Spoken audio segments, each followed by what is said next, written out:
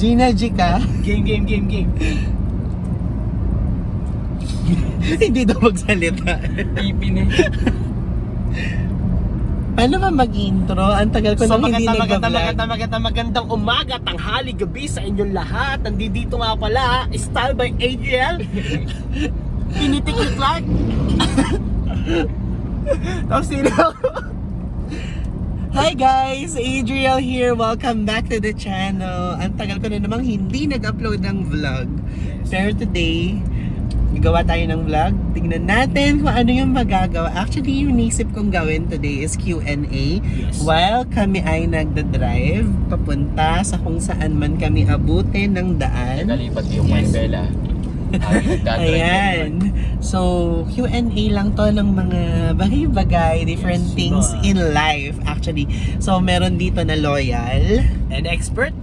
Meron dito namang tatlo ang minamahal. Hoy! Tatlo ba? No, isa lang. Ay, isa lang ba? Kala ko tatlo eh. Di ba sabi mo kanina tatlo? Hoy, alam ko matandaan. Tapos ito naman, hindi Wala. ko alam kung ano, broken hearted or what. Broken hearted na lang siguro.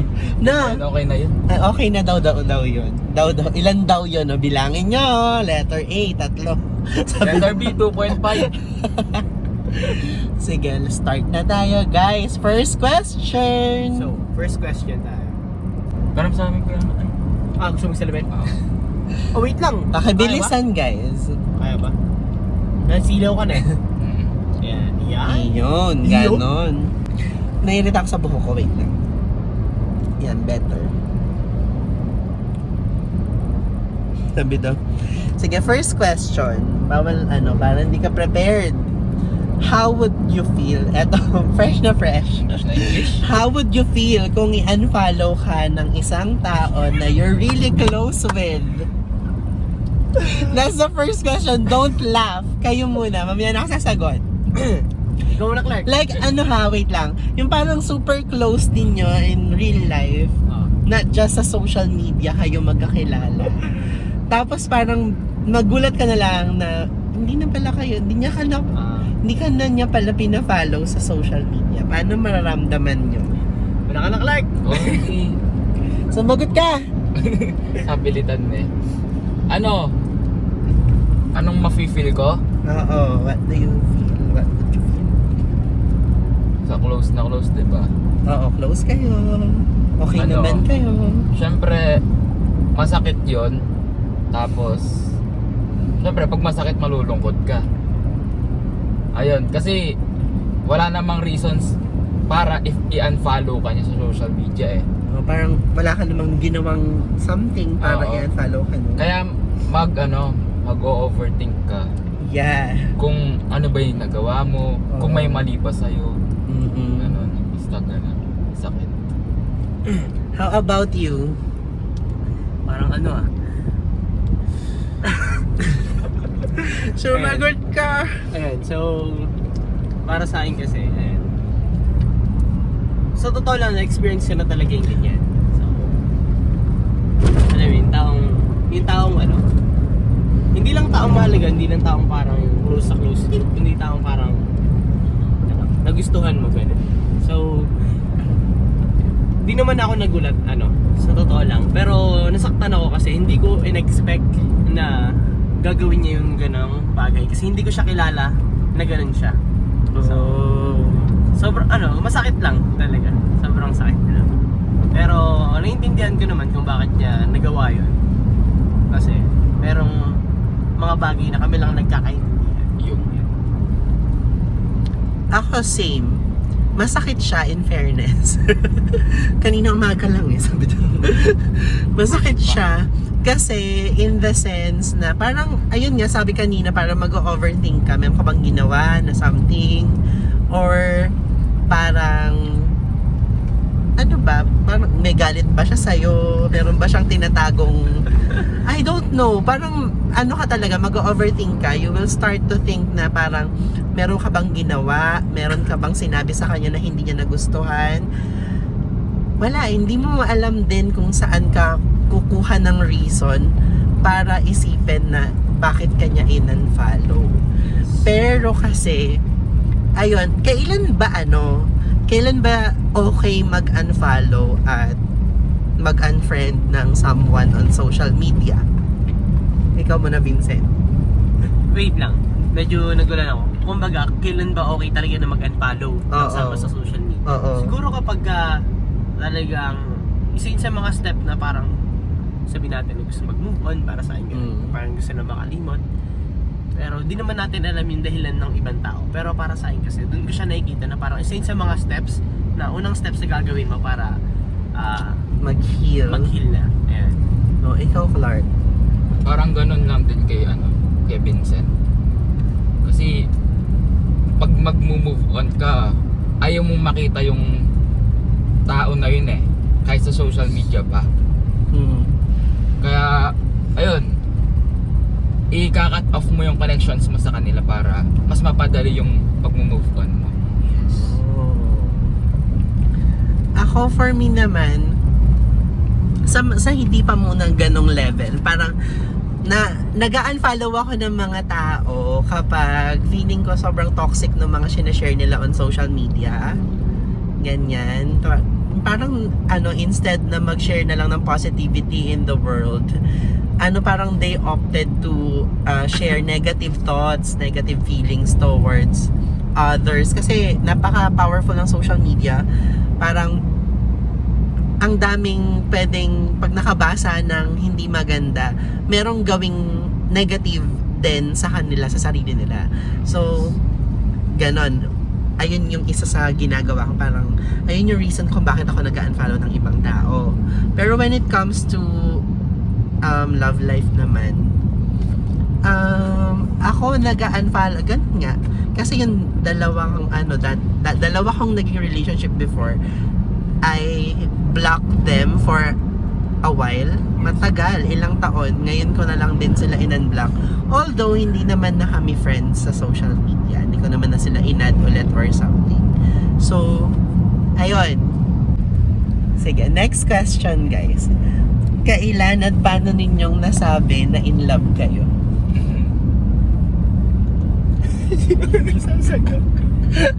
Sinong gustong sumagot muna? Si Clark na. Sige, ako na.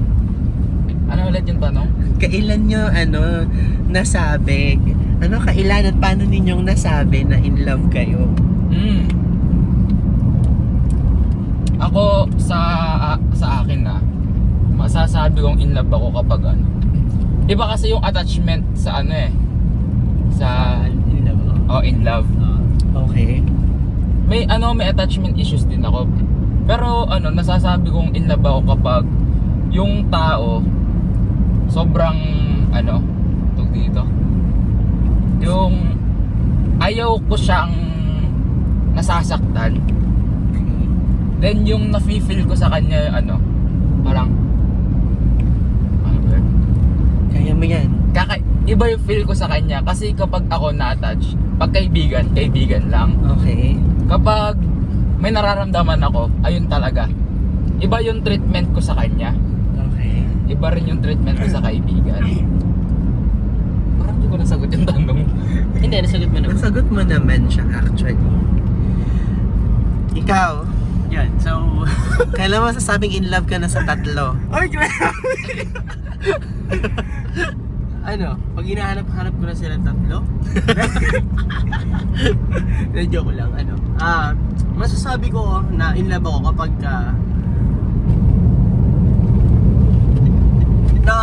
nakakagawa ko ng pag nagagawa ko mag-effort dun sa tao. Okay. Yun. Pag nagagawa ko mag-effort, tsaka pag nagagawa ko din na parang nagagawa kong magsakripisyo para dun sa tao. Yun. Doon ko masasabing in love ako.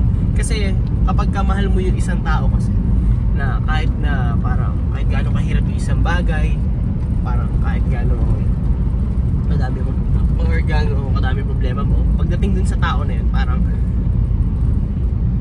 dito, Pero okay lang. parang okay lang, ganun, parang hindi mo iniisip ko ano may problema mo, basta iniisip mo na yung tao na yun. Oh. I can say that I am in love nung una hindi ko pa nasabi eh. Pero pagka pala parang you're willing to do something for that person without them even asking for it.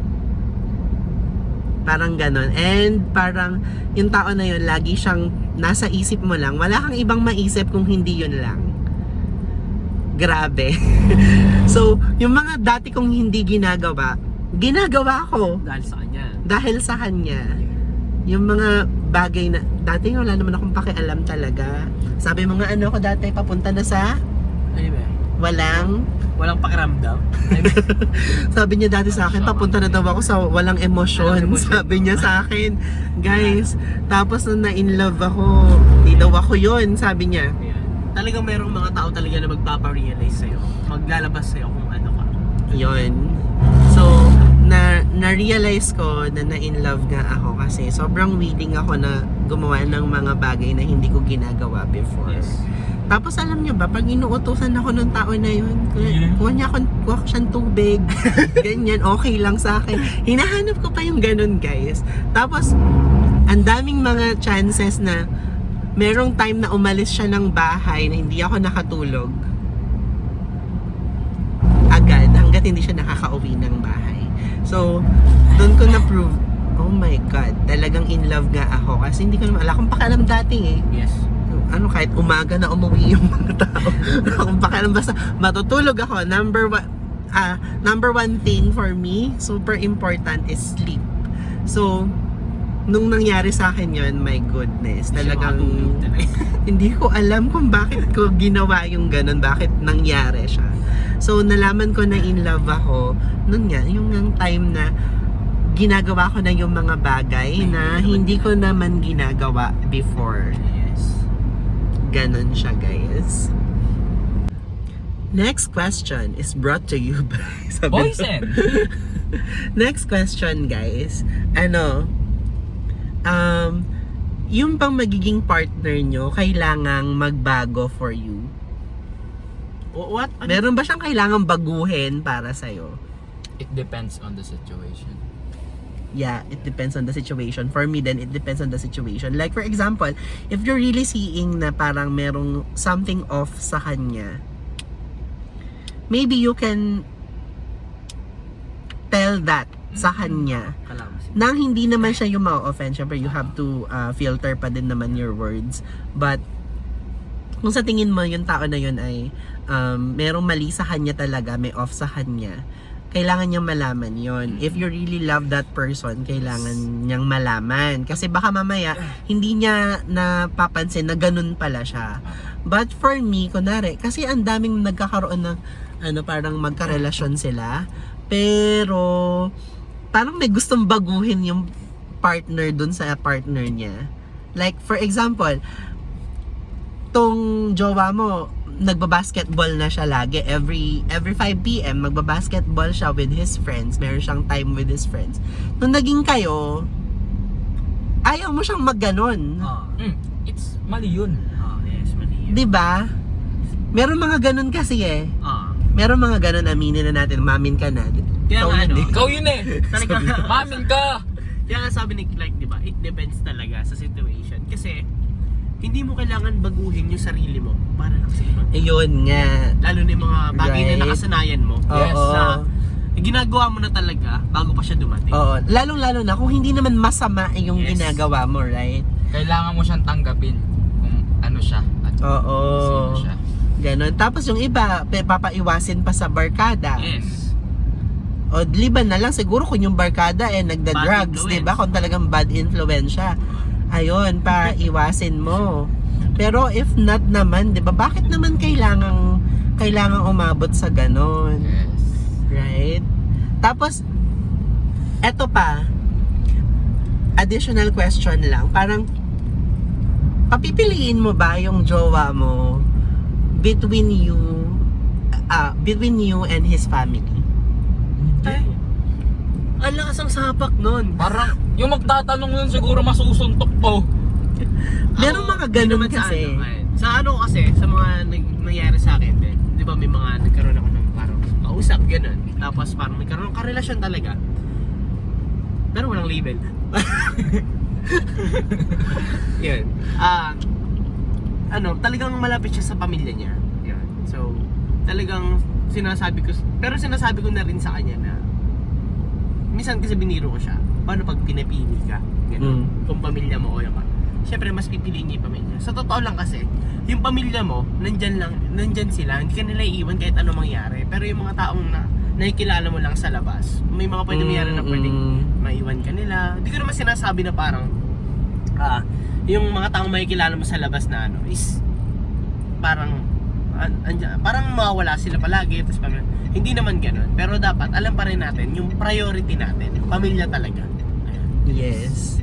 At hindi dapat umabot. Kung mahal mo isang tao, hindi mo dapat siya papiliin kung pamilya niya o ikaw. Hindi ganun yun. Oo. Mas okay na mahalin mo yung pamilya ng taong mahal mo kaysa papiliin yung tao. Oo, diba? Yes, friend. Kaysa papiliin yung taong mahal mo kung ikaw ba o yung pamilya niya. Hoy, may mga ganyan, umamin na. Sabi daw. Meron pang yung mga imbes na alam nilang pwede tayo lumiko. Nakita. Meron kasi 'di ba na parang imbes na yung jowa gawin niya mas malapit yung jowa niya sa family, ginagawa niya parang nilalayo niya palalo sa sariling pamilya yung yung jowa. Gusto lang ita. May mga ganon. May mga ganon talaga. Yes, ang tigas pa ng muka. Ang iba na yata yung pinag-uusapan na. Parang may pinopoint ka na eh. Parang may pinaghuhugutan na ba tayo dito? Pero no, seriously speaking, may mga ganun talaga.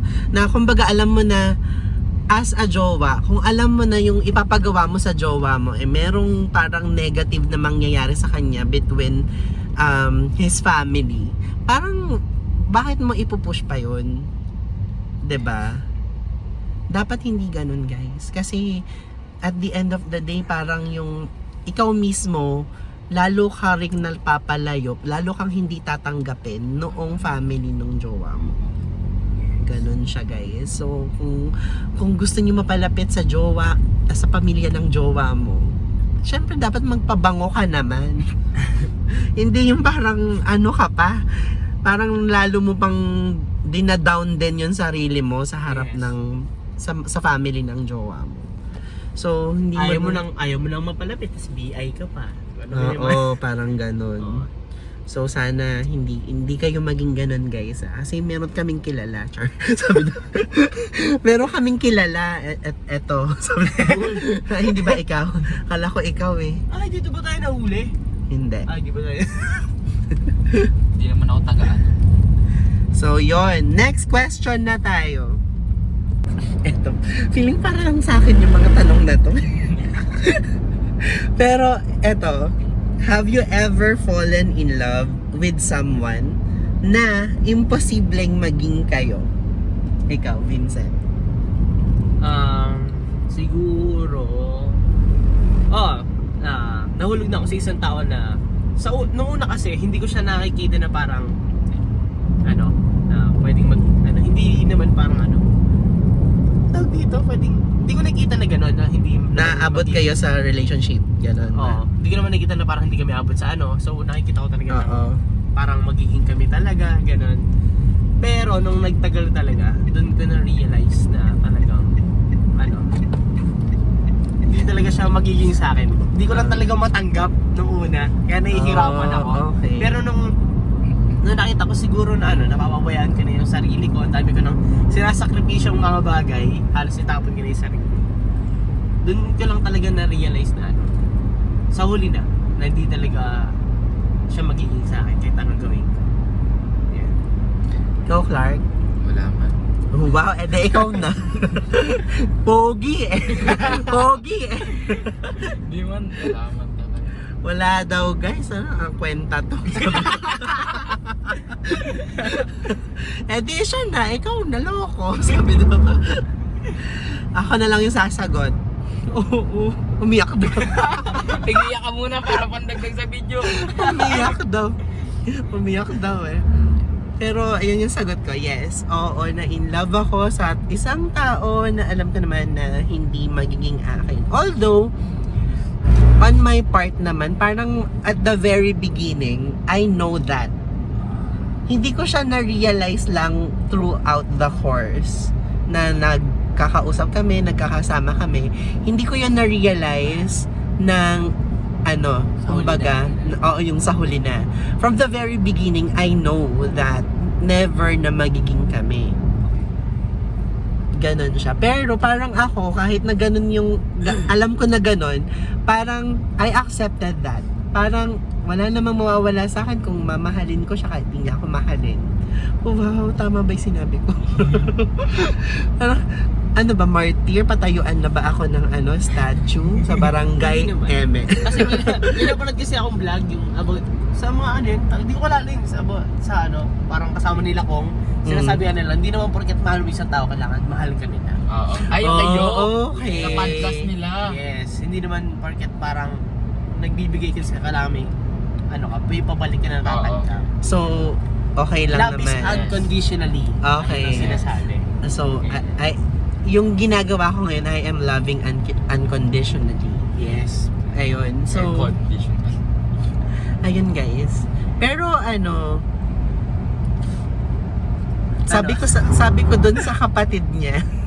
Sinabi talaga yan. Sabi ko doon sa kapatid niya, parang kaya ko siyang mahalin. Kaya ko siyang mahalin ng ayun nga, ng malayo. I can love that person from afar. Parang okay lang kahit na hindi niya ako mahalin. Tapos kung napagod siya sa mundo, ano man mangyari sa kanya, nandito lang ako. Pahinga niya. Iyon. I can still accept that person kahit ano yung mangyari sa kanya. Ayun talaga yung love. Yung talagang Yes. hindi mo Ganon. pipilitin yung isang tao na mahalin ka. Kumbaga, hayaan mo lang siya sa gusto niyang gawin. Pagka Ganon. kailangan kaya nandyan ka lang. Pero hindi naman habang buhay kasi is parang Sa kanya Kaya- naiikot yung pag- Yes. sa kanya lang iikot yung mundo mo. Oo, ganon. Talagang dadating yung time na talagang magbabago at magbabago yung nararamdaman mo. Pero there are people din naman kasi na Talagang nakakapag-antay. oo, nung nakilala nila yung someone na yon, Talagang hindi na hindi sila sila nag-love nag-love. ng iba pang tao. Ay, sorry. Merong mga ganon. Feeling ko, I'm not finishing this sentence with a period. Pero feeling ko, baka maging ganon ako. Feeling ko lang naman. Pero hindi ko Hindi masasabi. hindi ko tinatapos yung sentence na yun with a period. Sa Ha? ibig sabihin para mo. Hindi sinasabi na Oo, kasi, kasi na siya. Okay. kasi meron pa din naman pwedeng magbago, Yes, pero madami pa. Pero as of now, that is what I am feeling. Although I'm trying to distance myself ngayon dun sa tao na yun because of so many reasons. Yes. Pero yun nga, parang kaya ko siyang mahalin kahit na hindi niya ako mamahal. Oo, guys, nasa tubig na tayo. Saan tayo pupunta? Sobra na siya. Saan tayo pupunta? Okay, next question tayo guys. After nating makakuha ng ating refreshments from 727. Sabi daw. Punta ka naman, anistro. Huwag yung mo na yan. Pamreno. Kombucha guys. Next question natin is, what was the craziest thing you did for love? Shit. What was the craziest Isipin ko thing you did for love? Ako wala pa namang super crazy. Tama ba? Wala pa naman, diba? Ako meron ako kaso ano, Hindi mo ma-share? hindi hindi siya pwedeng i-share. Okay lang naman na hindi i-share. Pero yung next na lang, yung pwede mong i-share. Sige. One. Kahit ano siya, kahit medyo parang, sige, ano yun na nga, nung ano pa naman nun, parang red flag pa talaga ako. Hindi naman siguro, dahil baka sobrang nasaktan lang ako. Sinubukan ko man-blackmail ng tao. Sabi daw. Yeah, sinubukan kong man-blackmail para lang na Para? magstay sa akin, ganun. Pero hindi rin talaga yun nakakatulong. Tapos mali yun talaga. Then pinagsisiyan ko yun, medyo naimasmasan ako. Yan. Ikaw, Ayun yung Clark. pinaka ano ko talaga. Wala akong maisip. Wala ka pang ginawa, hindi ka pa nagmahal. Sabi daw. Pinagdesisyonan yung yung damdamin ng iba. Wala akong maisip Sabi ginawa ko, ko. nakakita question parang nalabas yung mga bad sides ko yan. Ako wala pa naman yata. I don't know. Wow! Wala pa. Wala pang yung parang super crazy. Pero yun, sabi ko kanina, yung mga mga bagay na hindi ko ginagawa before, tas ginawa ko. Yun. Pero yung parang craziest thing, siguro the craziest thing that I did na was, Kumain ka ng hipon, tapos bigla ka naiyak. hoy, hindi yun. Yung parang craziest thing na nagawa ko na for love is, yun, hindi ako natulog. Ayun. At saka siguro yung parang ginagawa ko yung sarili ko na always available for that person. For you, ay na yung pinaka-craziest talaga. Parang yun na kasi wala pa naman akong kamo yung parang tumakbo ako ng 5 kilometro para habulin siya. Wala pa namang ganun, guys. Hindi pa naman. Pero malapit na. Sabi niya. Ako na ang problema. Pero feeling ko wala, ayun lang. Parang feeling ko yun lang talaga. Wala pang parang wala pa. In fairness naman. Pero parang kung noon hindi siya makakauwi, willing ako na sunduin siya in the middle of the night. Ayun, siya yung sa mga craziest talaga. Ayun, pero hindi siya nangyari. Nakauwi siya ng matiwasay, buo, buhay. Sabi daw.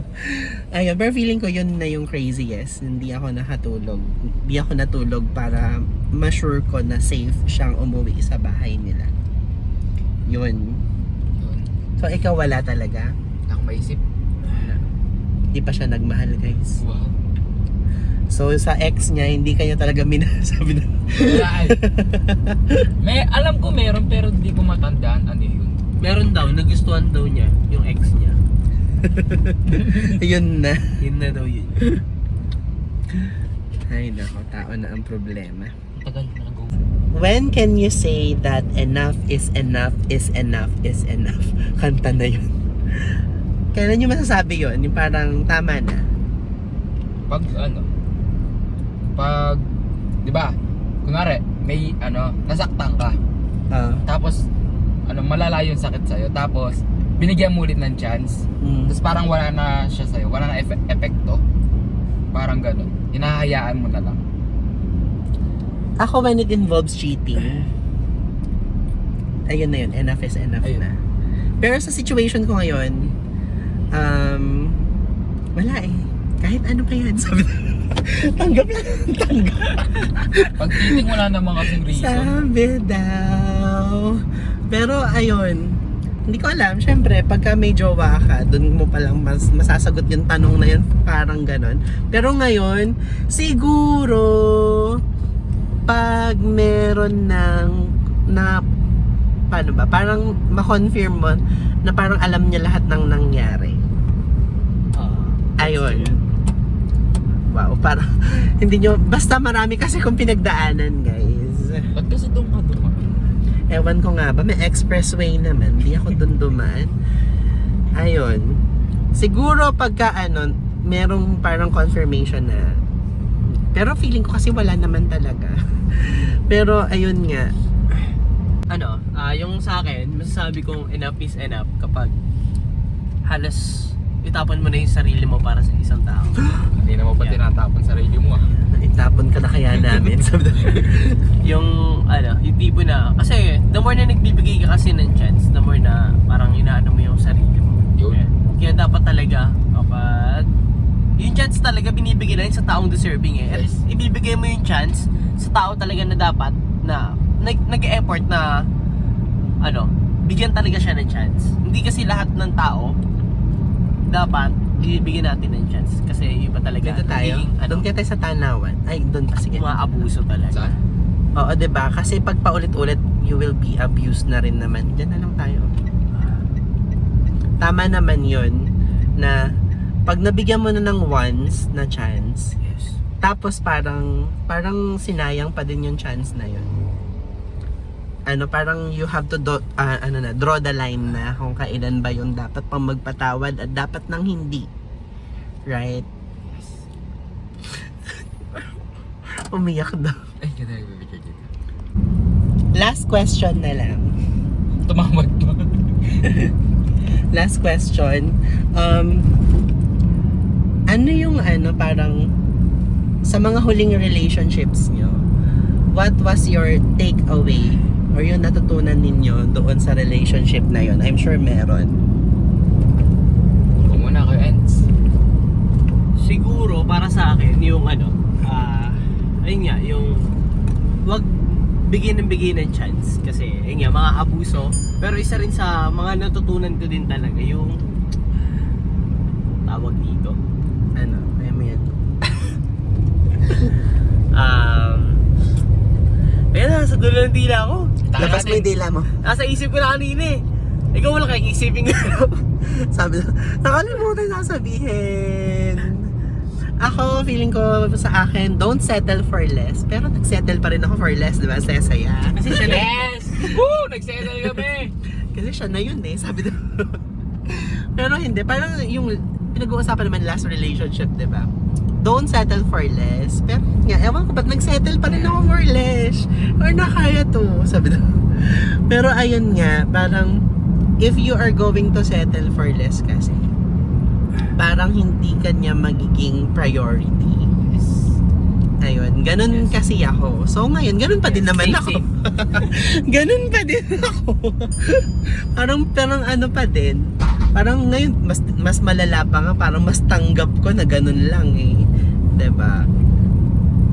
Alam mo yun, to be honest, mas nasaktan pa ako sa hindi ko jowa. Doon sa dalawang exes ko parang hindi naman masyado. Pero dito talaga umiyak pa ako ng walang dahilan. Ganun katindi yun. Sabi ay, tingnan mo naman yung mga aso. Dito pa talaga sa Subic kayo na ganyan. Gigigil ako sa inyo. Ayun, isa sa natutunan ko. Naalala mo na? Naalala ko na. Pagka nagmahal ka, yung iba kasi nagsisisi na parang binigay daw lahat, sinasabi na huwag ibibigay lahat. Pero para kasi sa akin, ayos lang na ibigay natin lahat-lahat. Para na, then, pag dumating yung time na iniwan ka pa din, di mo rin siguro masabi sa sarili mo na nagkulang ka. Yes. At least ginawa mo lahat, alam mong wala kang pagkukulang. Yes. Dito sa ano mo. Wala So kang natutunan, pagsisisihan. wala kang pagsisiyan. So natutunan ko na pag nagmahal uli ako, di ako matatakot ibigay uli yung lahat. Binigay ko na lahat Sabi na. Ang dami na nga sabi na. Hi guys, I'm already home and dito ko na lang tatapusin yung vlog. Actually, may hanging question si Vincent. Hindi na namin nasagot. We forgot na meron pala siyang tanong. But I think we have to do another video ulit ng ganito. Ang saya-saya lang palang gumawa ng ganong video. Parang you get to learn a lot of things. Isa pa, dun sa video na to, iba-ibang age bracket kami. Pinakabata. Si Clark is only like 16. Si Vincent is only 22, I guess, or 21. Tapos ako, I'm 32. So, we have different perspectives about all the questions.